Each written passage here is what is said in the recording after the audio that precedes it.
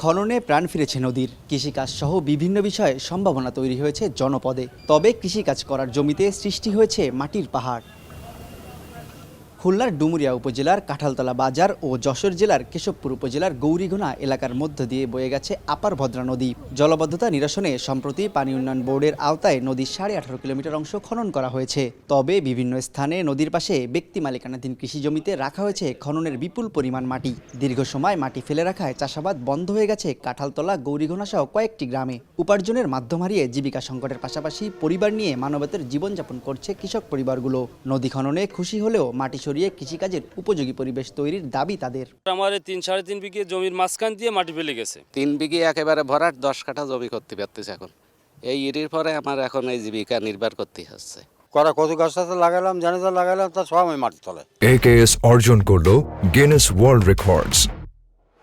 AKS কৃষকদের ভোগান্তির কথা স্বীকার করে টেন্ডারের মাধ্যমে নদী খননের মাটি সরানোর প্রক্রিয়া চলমান বলে জানায় স্থানীয় জনপ্রতিনিধি ও পানি উন্নয়ন বোর্ড। শতভাগ আন্তরিকতা থাকা সত্ত্বেও আমরা তাৎক্ষণিকভাবে এই মাটি অপসারণ করতে ব্যর্থ হচ্ছি। 81.5 কিলোমিটার নদী খনন হচ্ছে, এটা বিশাল একটা কর্মযজ্ঞ আর কি।